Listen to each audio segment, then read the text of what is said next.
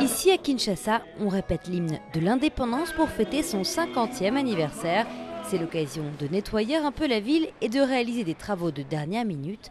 Mais la chanson aura un goût bien amer pour certains qui regrettent la vie d'avant 1960. Ce pays n'est plus comme il était. Il était beau avant. Nous mangions 3 fois par jour et maintenant, nous ne mangeons qu'une seule fois. Le pays est doté d'un sol et d'un sous-sol richissimes, avec d'immenses réserves d'or, de cuivre, de cobalt et de diamants. Et pourtant, les 2 tiers des 60 millions d'habitants vivent avec seulement 1,25 $ par jour. Détériorées aussi, les infrastructures léguées par les colons belges.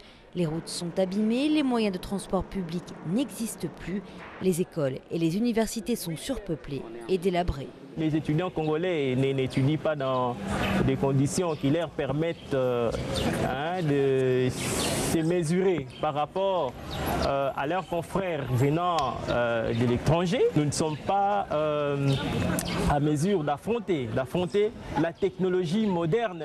Du coup, le pays a fait un pas en arrière économiquement. Aujourd'hui, c'est l'un des pays du monde où le climat des affaires est le plus difficile, selon la Banque mondiale. En 1960, les Congos étaient sur la même ligne en termes de PIB, sur la même ligne de départ que le Canada, l'Indonésie, l'Afrique du Sud et la Corée du Sud. Aujourd'hui, par rapport à ces pays, je pense que les Congolais, nous avons pris 50 années de retard. À l'origine de ces difficultés, la corruption et plusieurs guerres qu'a connues le pays.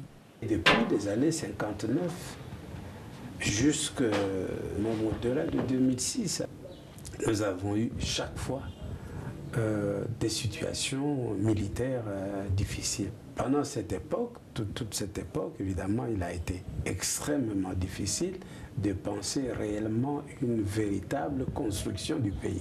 Les premières élections démocratiques ont eu lieu en 2006, mais beaucoup estiment que le programme de reconstruction de Joseph Kabila tarde à se concrétiser.